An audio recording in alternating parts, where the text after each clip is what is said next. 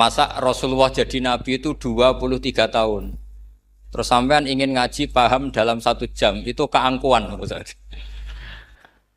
Jadi Rasulullah itu jadi nabi itu 23 tahun. Tapi orang ingin memahami Islam, nyewa kiai, diatur lagi itu kalau nggak pernah sepuh itu dosa, itu jelas itu. Itu 1 jam ingin paham. Saya punya sekian cerita, ini Maulidur Rasul Shallallahu Alaihi Wasallam. Itu dulu zaman Nabi itu ada ayat yang Jibril jauh-jauh dari langit turun ke bumi hanya membawa 1 kalimat. Sehingga syarat seorang mufassir itu termasuk tahu pertanyaan kalimat apa yang hanya 1 diturunkan Jibril, yaitu kalimat minal fajr. Jadi dulu awal-awal Islam itu ada ayat kamu makan wakulu washrobu hatta yatabayyana lakumul khaytul abyadu minal khaytil aswad. Jadi kalau malam puasa itu orang boleh makan selagi melihat benang putih sama benang hitam itu belum kelihatan. Tapi kalau sudah kelihatan mana yang hitam, mana yang putih, berarti otomatis imsak. Itu sahabat entah saking lugunya, itu ya benar-benar pasang benang hitam sama putih, dia makan. Nanti 1 jam dari makan misalnya diintip lagi, kok belum kelihatan makan lagi. Mungkin yang istrinya cantik ya kumpul istrinya lagi, kalau tidak cantik ya sudah tidak usah mungkin. Sampai itu jadi perilaku sahabat berhari-hari. Ketika dilaporkan ke Rasulullah, Rasulullah itu tertawa-tawa. Kok ada begitu?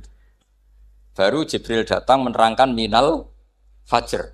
Jadi benang hitam artinya masih malam, benang putih maknanya sudah fajar shadiq.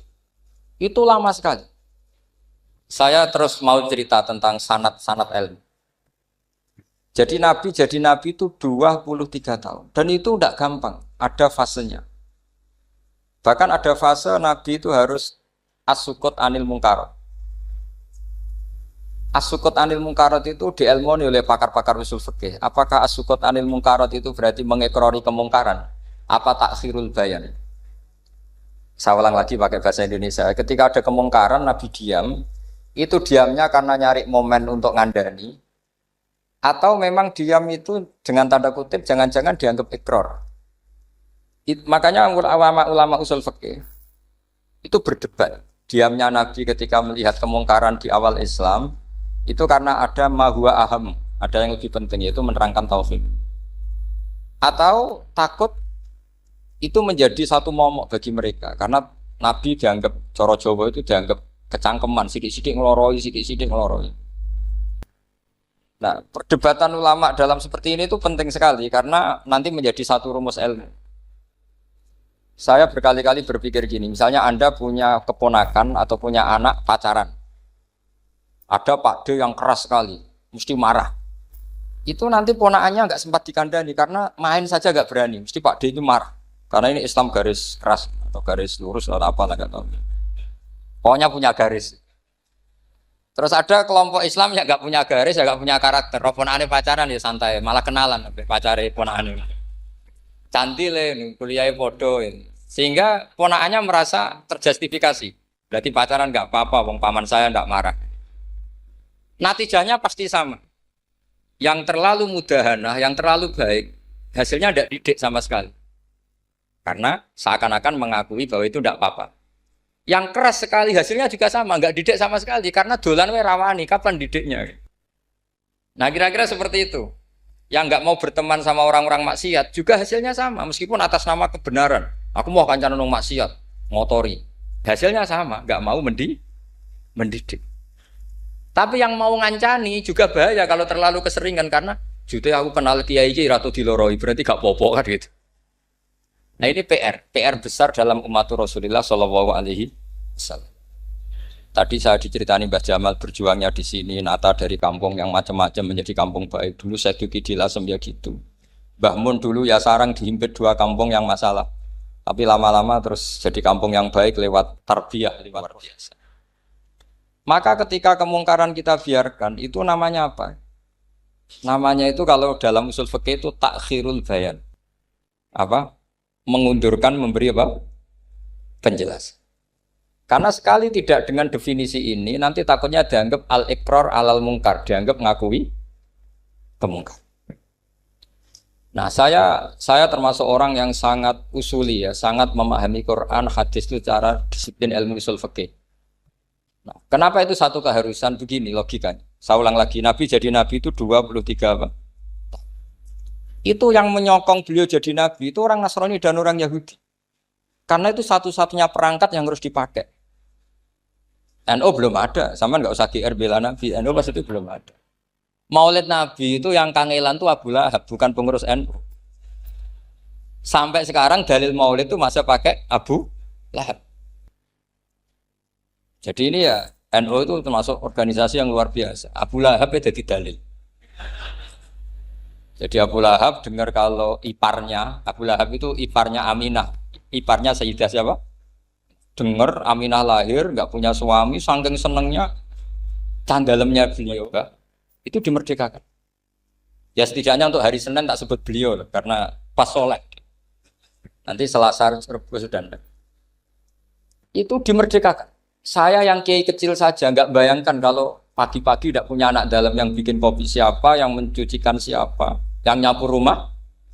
Tapi Abu Lahab saking senengnya punya ponakan itu dikasihkan. Sudah Suwaiba kamu pakai saja. Sudah biar melayani kamu, ngurusin kamu. Jadi saya bayangkan hari itu Abu Lahab itu mungkin bikin kopi sendiri, nyapu sendiri demi. Nah itu sama Allah dikenang sehingga yukhaffafu anul adzabu yaumal isnan itu masyhur. Idza kana hadza kafiron jaa dhammuhu bi tabbat yadahu fil jahimi muhal lada an ata annahu fi yaumil isnaini daiman yukhaffafu anhu lisururi bi mata famadzannu bil abdil ladzi kana umruhu bi ahmada masruran wa mata muwahhida. Ini Abu Lahab yang kafir, hormat Maulidur Rasul saja dapat takhfiful adab, apalagi yang mukmin. Jadi itu satu-satunya dalil Maulid, itu dalilnya Abu Lahab. Ya makanya terus kita itu dibully sama kelompok sebelah, dalil kok Abu Lahab. Tapi saya pastikan awal Islam itu yang menjadi perangkat nubuwah itu hanya Yahudi dan Nasrani. Karena yang lainnya nggak tahu Nabi itu apa. Saya beri sedikit cerita, Nabi itu umur, anggap saja kita ikut kaul yang 12 tahun saja. Sebetulnya ada beberapa perdebatan, ada yang bilang 9, ada yang bilang 12. Tapi yang debat tidak usah didengerin, sama-sama nggak tahu kok ngotot. Kadang orang debat yang lucu, sama-sama nggak tahu kok ngotot. Anggap saja 12. Nabi datang ke Syam. Syam itu ya sekitar Syria, Lebanon, Palestina itu Syam. Itu pertama yang tahu kalau beliau Nabi itu ya rohib. Rohib itu terjemahnya ya pendeta. Rohib, Bukhaira, nemuin Abu Thalib. Itu siapa? Ini anak saya. Terus ditanya lagi, ini siapa? Ini anak saya. Sampai 3 kali. Terus sampai Abu Thalib itu agak tersinggung. Memangnya masalahnya apa kalau dia anak saya? Terserah Ibu Bukhaira bilang gini, semua alamat Nabi pada anak ini itu ada semua, kecuali kecelakaannya satu, anak kamu. Loh memangnya masalahnya apa? Karena alamatnya Nabi di Taurat dan Injil itu yatim, sementara ini punya bapak kamu, ini masalah. Jadi dilihat macanya sudah memenuhi kriteria, semua memenuhi kriteria, kecuali satu, karena punya bapak Abu. Akhirnya Abu Thalib ngaku, ndak ini ndak anak saya, ponakan saya. Akhirnya diketahui kalau ini benar-benar calon Nabi. Pertama yang tahu siapa? Pendeta. Karena yang punya khazanah kitab samawi itu ya para orang Nasrani dan Yahudi. Sehingga Al-Quran meskipun pada akhirnya ngeritik Yahudi Nasrani, dikatakan Yahudi dan Nasrani. Karena satu-satunya yang masih punya kitab samawi itu Yahudi dan Nasrani. Meskipun sebagiannya sudah dirubah-rubah. Alamat pertama itu seperti yang diceritakan di berjanji afi ainaihikum, matanya dilihat. Terus perlakuan pohon. Saya pernah di pohon itu, pohon nubuah. Itu umurnya ribuan tahun. Itu kalau Nabi duduk misalnya di arah barat, matahari dari barat, normalnya akan kena kesetrong matahari. Itu yang rubah itu dahannya. Jadi Nabi itu orangnya lugu, duduk aja nggak mau mikir. Memang syaratnya Nabi itu nggak boleh mikir, harus ummi. Ummi itu lugu. Nggak boleh Nabi mikir besok makan apa, terus menjabat apa, itu nggak boleh. Itu udah Nabi itu, maklar itu. Nabi itu nggak boleh mikir. Makanya Quran nyifati Nabi itu makun tata drimal kita bualal iman. Kamu itu tidak tahu kitab itu apa, iman itu apa. Jika Nabi itu nggak bisa jumpa pers, nggak bisa. Nabi kok memaklumatkan wah saya tadi malu, nggak bisa. Nabi itu justru bagus keliru pertama jadi Nabi. Nabi pertama ketemu Jibril itu dikira malakul maut, dia lari ketakutan. Zamiluni Khotijah saya ini takut itu tadi ada malakul maut, saya takut. Sama Khotijah dikemulin. Jadi Nabi itu nggak tahu kalau itu malaikat siapa? Jibril. Jibril nggak bisa dia kenalan nggak di seminar. Ini malaikat Jibril pernah kuliah di sini nggak bisa seperti itu. Jibril itu ya aneh. Pertama ketemu Nabi, Iqra ya Muhammad, kamu harus baca ini. Kata Nabi, Nabi Qur'an saya tidak bisa baca. Harus bisa. Dipaksa sampai 3 kali. Nabi tetap jawab, saya tidak bisa baca.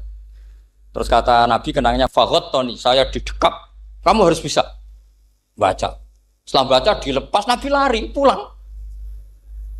Pulang terus bilang ke istrinya, Zamiluni. Ini secara nahwu agak aneh, karena mukhotobahnya perempuan satu. Harusnya Zamilini. Kalau untuk perempuan harusnya idribi ya, unsuri gitu.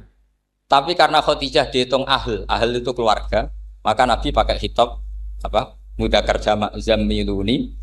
Jadi Nabi nggak tahu kalau pertama jadi. Karena syaratnya Nabi harus ummi. Justru karena ummi itu orisinil, semua yang dikatakan Nabi pasti dari wahyu. Nah, sing tadi Nabi sampeyan mikir, saya besok ngomong apa ya supaya orang tertarik. Makanya kamu nggak akan jadi Nabi. Selain sudah ditutup juga bahaya ini karena tadi. Makanya saya ngaji itu ya sekenanya saya tidak pernah ngaji itu mikir.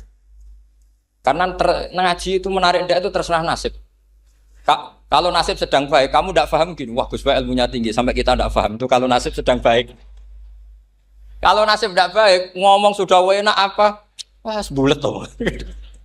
Jadi sebetulnya ini masalah qalb. Allah yang muqallibal qulub. Kayak kamu kelihatan serius itu kalau nasib sedang baik dianggap pemikir.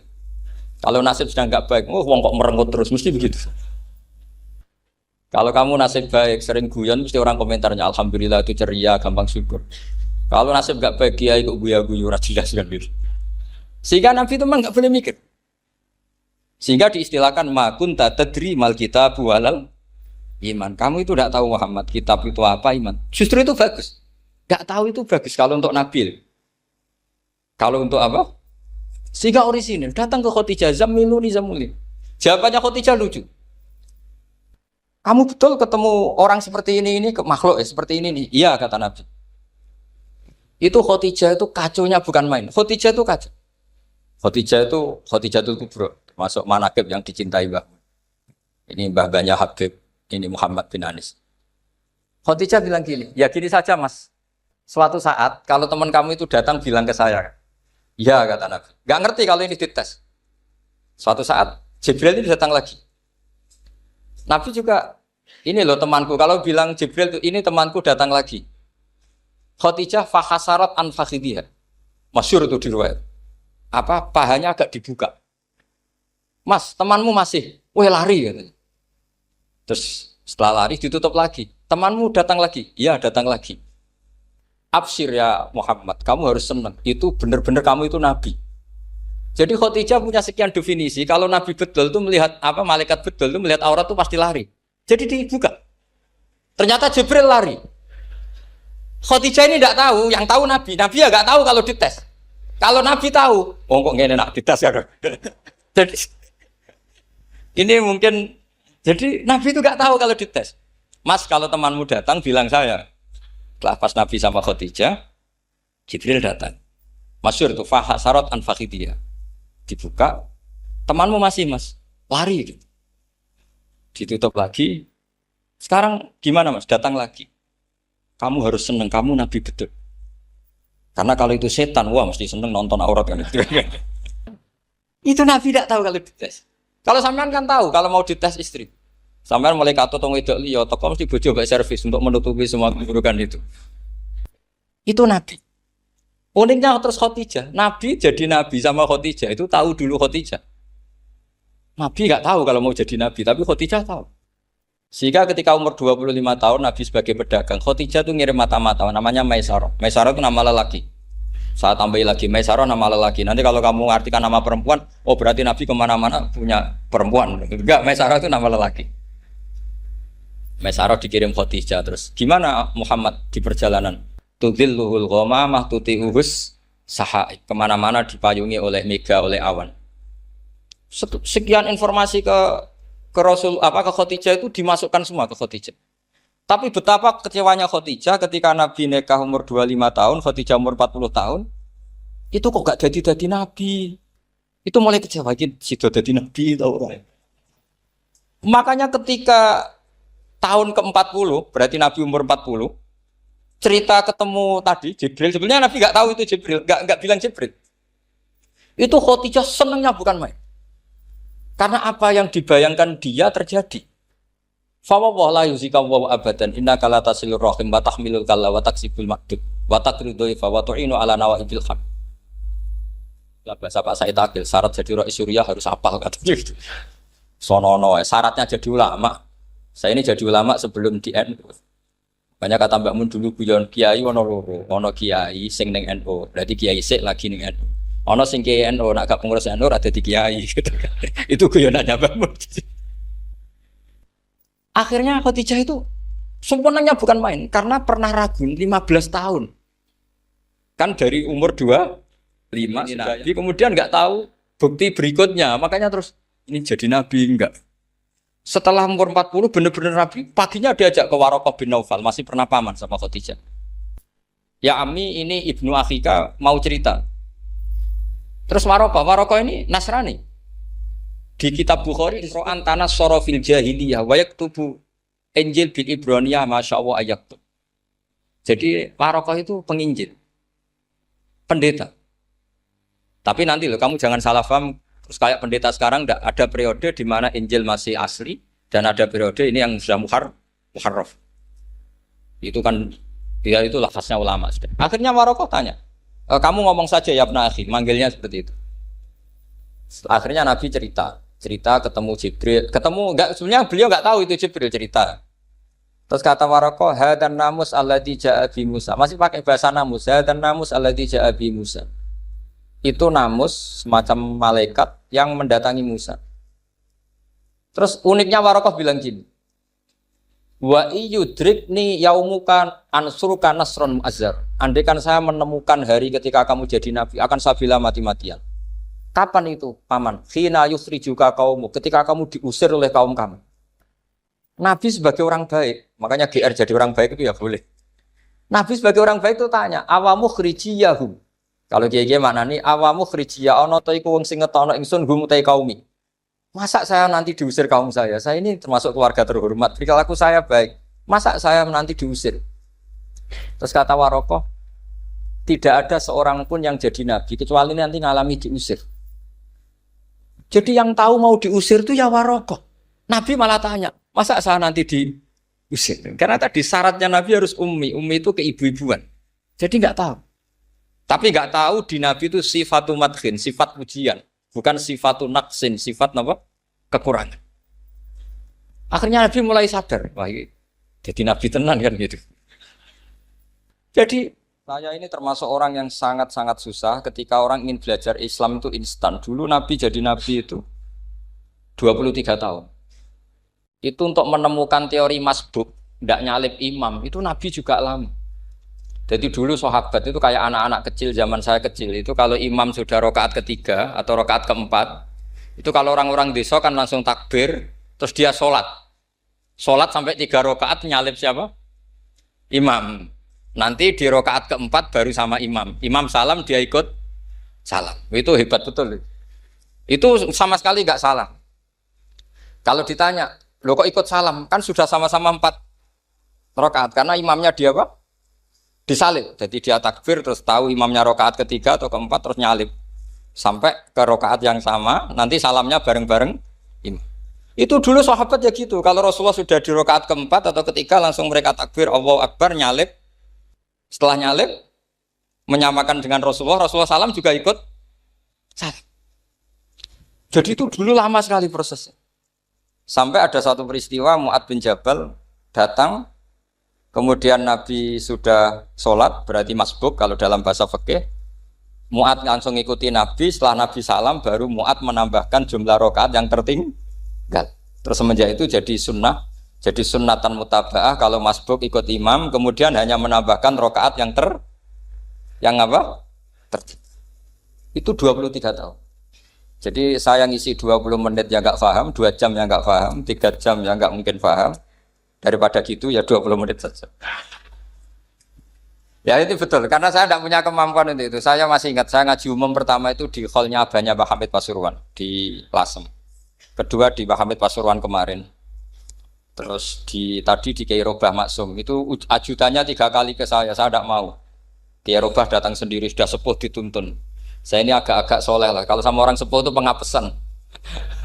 Masih ingat lah aturan mainnya laisa minna walam yarham saghirana wa yuwaqqir haqqa kabirina. Tapi yang sepuh betul kayak Mbah Jamal itu sepuh betul. Ada sepuh gaya-gayaan enggak mau. Karena memang Mbah Jamal itu besanan sama saya, Mbah Sahal itu misanan saya, misanannya Mbah saya. Terus dapat Mbah Nafisa ya keluarga sini. Saya teruskan kalau Mbah Robah itu faktornya sanad ya. Robah bin Maksum. Maksum ini muridnya Mbah siapa itu? Fakih Mas Kumambang. Mbah Zubair dulu ya ngajinya sama Mbah Fakih apa? Mas Kumambang. Kemarin seminggu yang lalu saya di Pondok Termas ya faktornya sepuh. Karena sanad saya Mbah Mun, Mbah Zubair, Kiai Fakih Mas Kumambang, kemudian Mbah Mahfud apa Termas. Maka berjanji itu kitab yang masalah madaih itu bagus secara tarikh. Jadi kita madaih itu beda-beda. Ada yang kayak Habib Ali. Habib Ali itu lebih ke isek itu berontok. Jika saya suka baca Simtud Duror itu kalau pas isek, pas berontok. Berontok itu ya pas kangen Nabi, biasanya saya wudhu terus baca Simtud Duror itu pas isek. Tapi kalau saya ingin baca sejarah suka berjanji. Kalau Habib Ali jelas isek. Yang duriannya sekarang di Solo termasuk Habib Muhammad bin Husain bin Anis bin Alwi bin Ali yang punya Simtud Duror. Jika kalau beliau baca sholawat ya sholatan yattasilu biha ruhul musalli alaihi.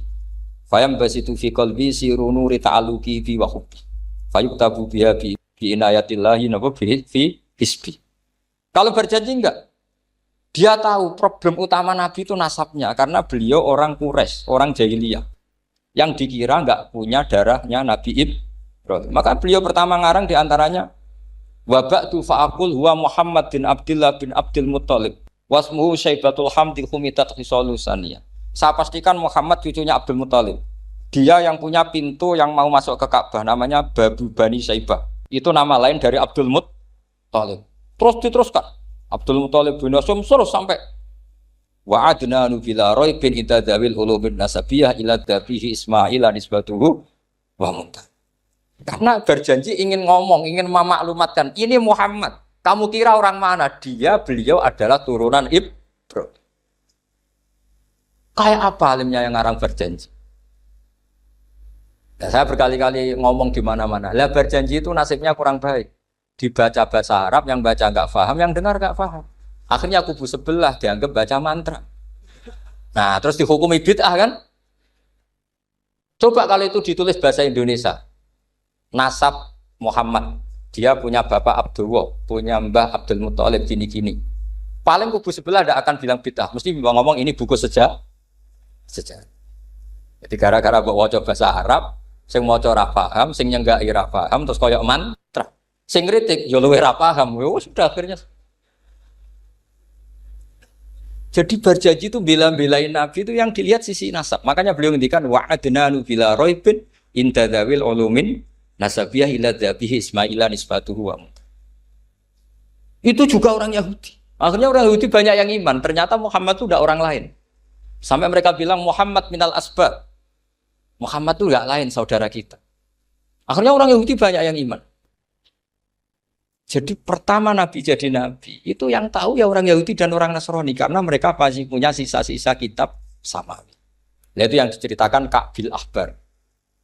Ya Al-Haditsus Tsani an Yasar bin Atha an Ka'bil Ahbar. Qala 'allamani Abi Tawrata ila sifran wahidan kana yaqtimuhu wa yudkhiluhus sunduk falamma mata abi fatahtuhu fa idzan fi nabiyyun yakhruju akhiras zaman maulidu bi Makkah wa hijratu bil Madinah wa sultanuhu bisyam.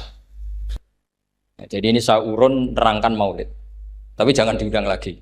Ya, jadi betul. Pokoknya saya ini kaidahnya jelas. Kalau tidak pernah sepuh ngundang saya haram. Aturan fikihnya kan gitu.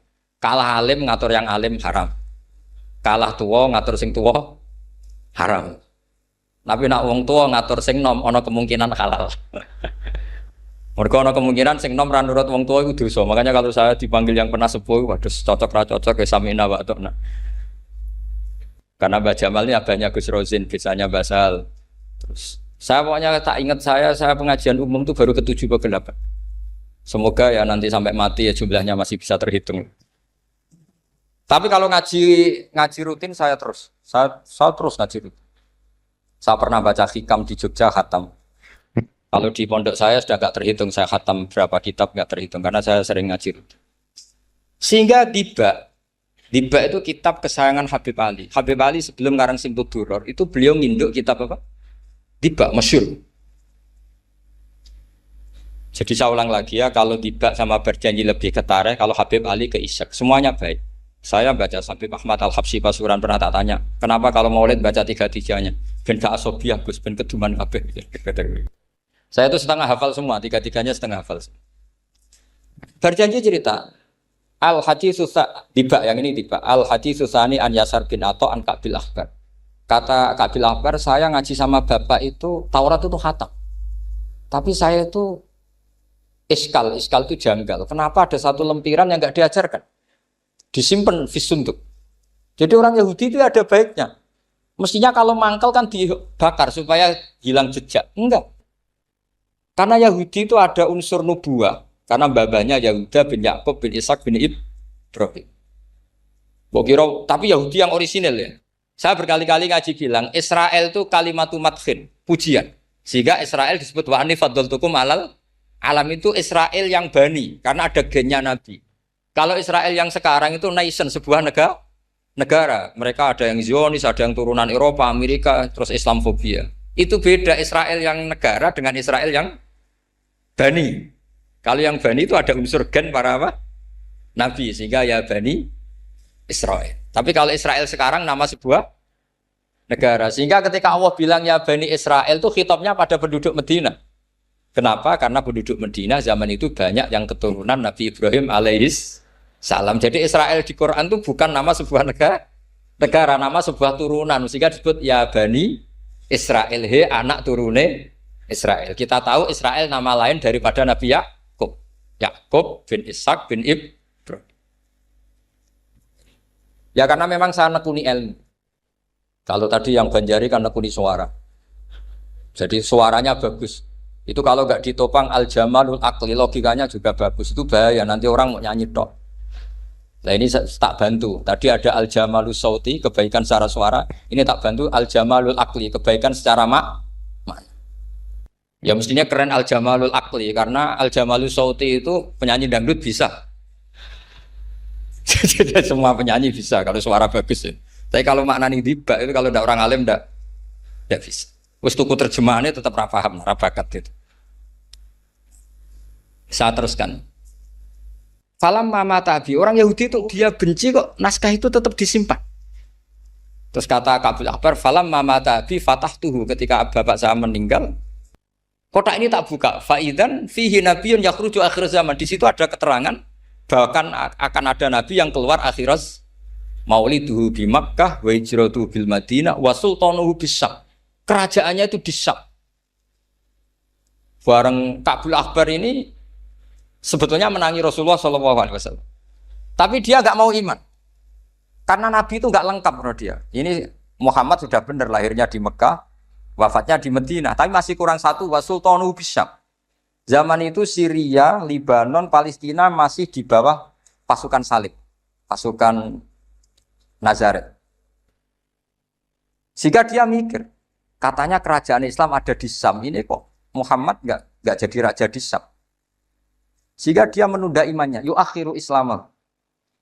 Bareng era Sayyidina Umar, beliau bisa menaklukkan Baitul Maqdis. Terus dia iman. Makanya imannya Kabil Akhbar itu era Sayyidina Umar karena sudah masuk definisi ketiga wa sultanuhu bisyam, kerajaannya Nabi ada di iman. Sekali iman langsung pinter deh. Wong sedurunge baca kitab Samuel banyak. Sehingga Sayyidina Umar kalau mau tanya kitab Samawi ya tanya Ka'bul Ahbar. Karena beliau itu Nabi sudah benar maulidu bi Makkah, wa hijratu bil Madinah, wa sultanuhu bisa. Rasulullah ketika wafat atau intaqala ila rafiqil ala itu belum menangi Islam naklukkan mana Palestina. Tapi Nabi itu kasef. Nabi itu nak kasef itu ya lucu. Makanya kalau ada kiai lucu itu ya anggapnya niru Nabi. Nabi itu lucu. Ada sahabat itu gak pati ganteng, pendek gak pati ganteng. Namanya Surakoh. Itu digojlok sama Nabi. Surakoh, bagaimana kalau kamu suatu saat itu pakai tas itu apa?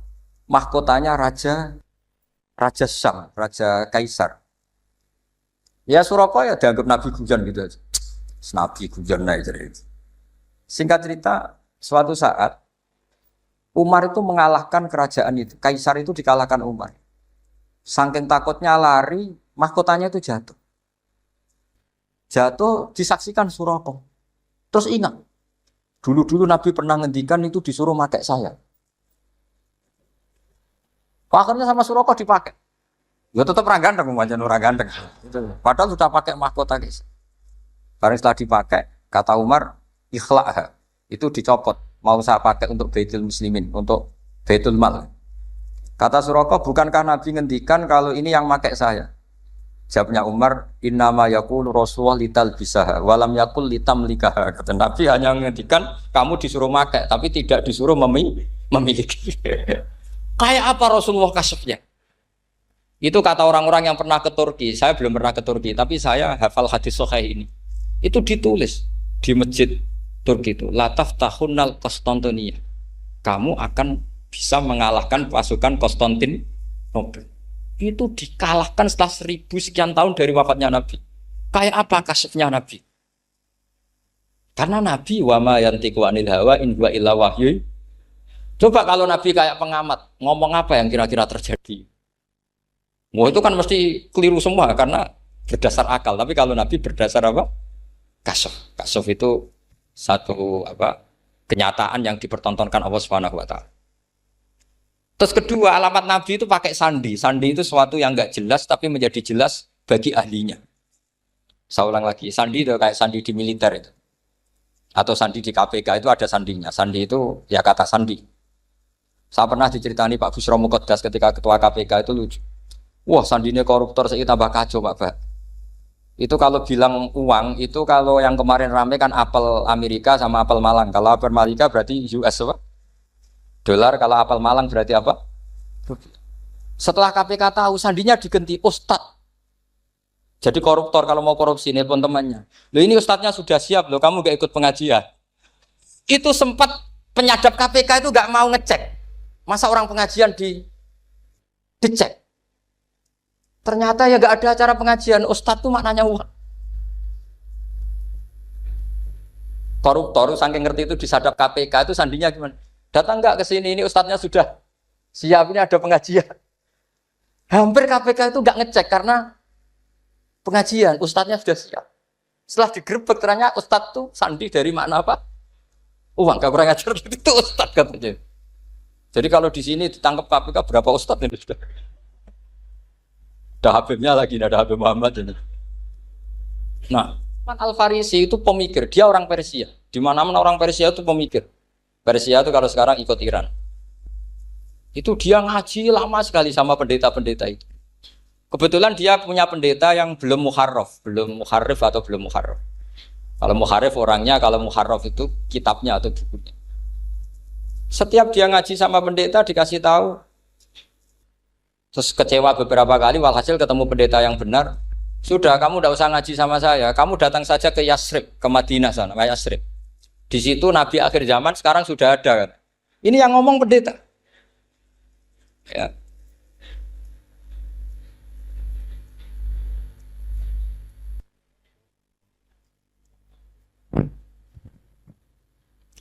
Ya terus sandinya itu 3. Itu aneh semua sandi.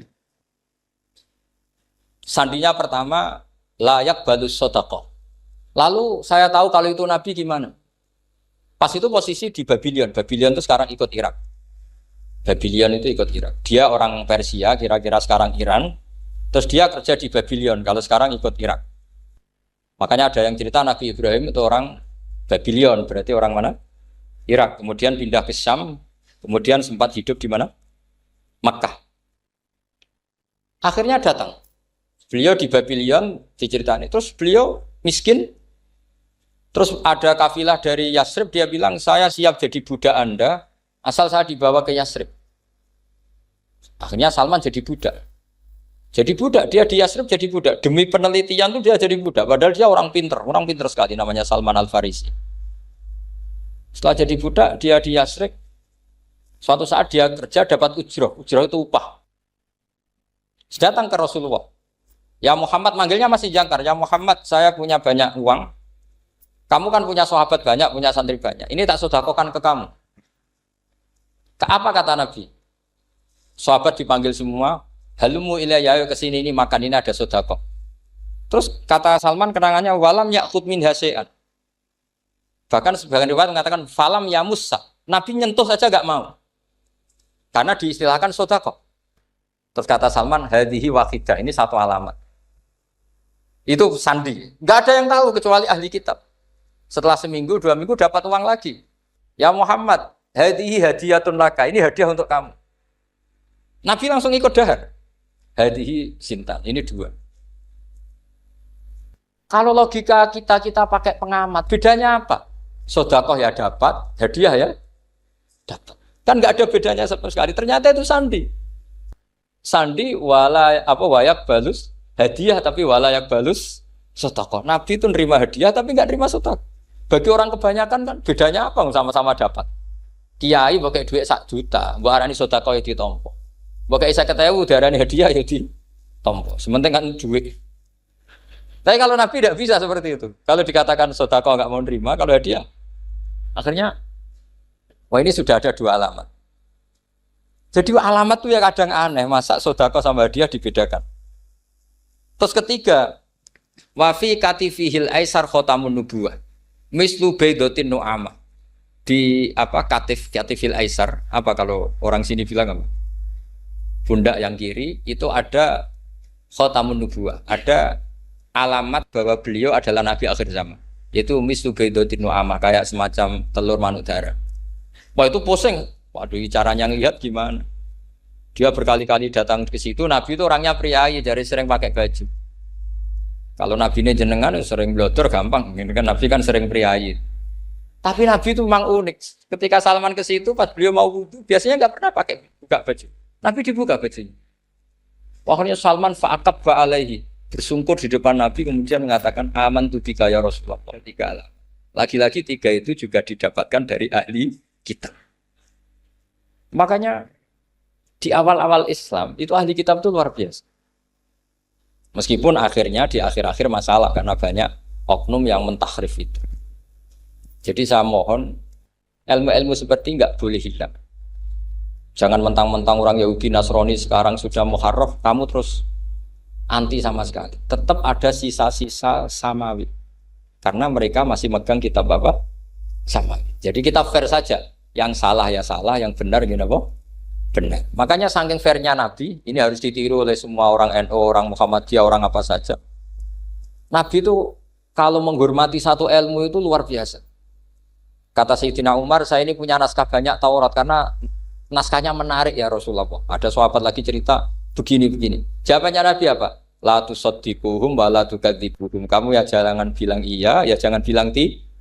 Kalau kamu bilang iya, ternyata yang pas muharraf, yang pas sudah ada orisinil. Kamu bilang, wah itu bohong semua. Ternyata ada yang masih orisinil. Kayak apa Rasulullah hati-hatinya? La tusaddiquhum wa la tukadzibuhum. Kalau sekarang enggak, orang ekstrim. Pokoknya salah. Kalau tidak kita pokoknya salah. Iku ora ono hadise. Sing ono iku emosine, paham gitu. Jadi Nabi itu fair. Kalau sesuatu enggak mesti ya la tusaddiquhum wa la tukadzibuhum.